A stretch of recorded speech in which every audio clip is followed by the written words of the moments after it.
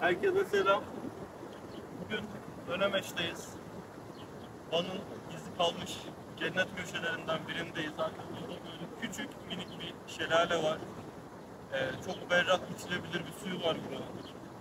Şimdi burada güzel bir kahvaltı yapacağız. Öğleden sonra da bir öğle yemeği falan yaparız burada. Su çok soğuk. Şöyle rahat durduğuma bakmayın, ayaklarım donuyor ama yaz günlerinde mükemmel serinletiyor.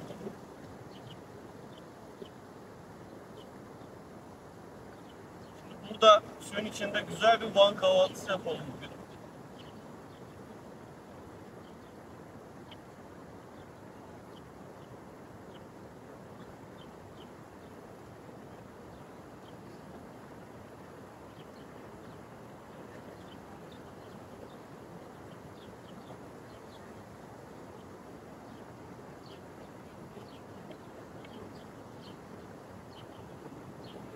Daha çok keşfedilmedi bura, o yüzden daha doğal güzelliği bitmedi, bozulmadı. İnşallah bu güzelliği koruyabiliriz. Bizim için önemli olan bu. Yani biz burada olabildiğince çöplerimizi bırakmamaya çalışıyoruz. Umarım buraya gelenler de aynı özeni gösterir.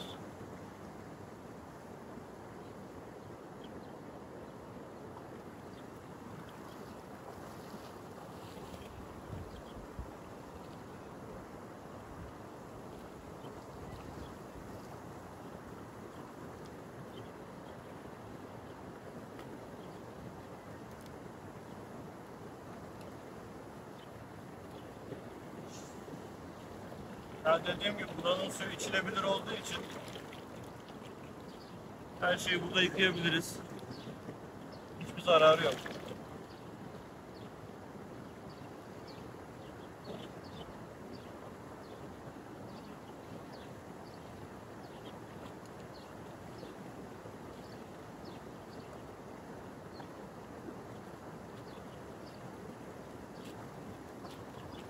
Başımı alsana.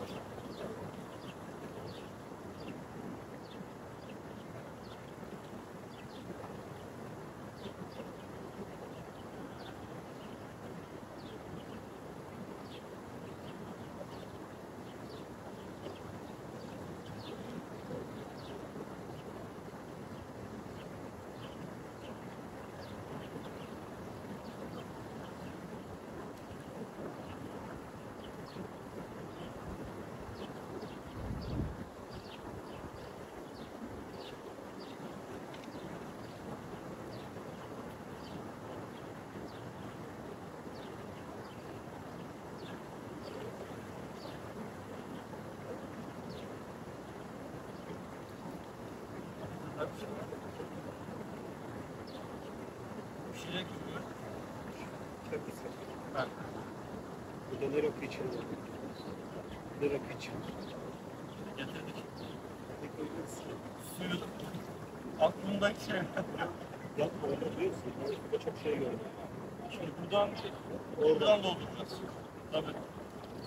Bu su geçirmez mi? İçiliyor. Ha, geçirmez mi? Su geçirmez mi? Nasıl yani? Yapalım su geçiriyor mu? Geçiriyor. Orada bir şey olsaydı altta bırakırım. Aparatı getirdim. Su altı aparatı getirdim. Teşekkür ederim. Yolda da karartıyorlar. Enes bir sandalye. Bunu ben severim. 100 miydi bu? Vallahi çok getirdim ben. Şurada değil, şu hemen ağaçları geçtikten sonra mükemmel yüzülecek bir alan var. Biraz da derin. Burası derin değil ya. Biz Olmamasına gerek yok. oturabiliriz içine. Bence güzel olur. Gerçekten imza sana donmadı mı? Yo, çok güzel. Alıştı bile.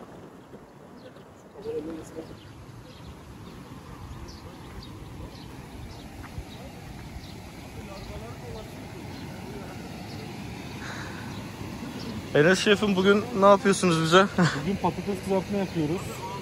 Ekstra sucuğumuz, sosislerimiz var. Onları da birazdan atacağız kızartmalar bittikten sonra. Odun ateşinde yaptık. Aynen öyle. Semaverimiz yanıyor bir yandan. Nargile de hazırlanıyor. Hazır zaten. Birazdan kahvaltıyı aşağıya kurarız o zaman. Aynen.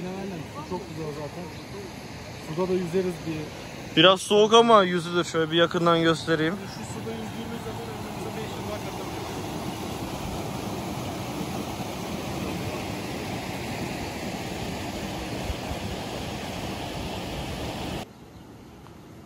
Şimdi patateslerimiz orada kızarıyor. Biz de sucuklarımızı kızartalım.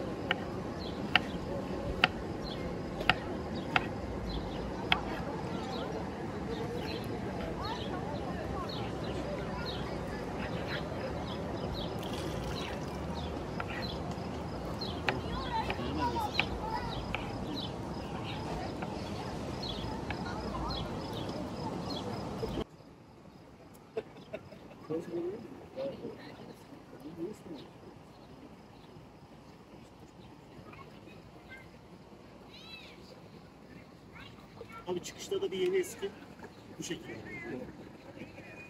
Resmen delirdi şu an. Ne oldu? Ya sen sözde dedin ben paket açmadım. After party yapıyoruz. Herkes düğünün, işte ne bileyim bir etkinliğin after party'si gibi puanların after party. Olamaz mı? Zıp zıp. Ben öyle bir yok. İşte bir gelip kutluyoruz. Bilmiyoruz. Ben sustum.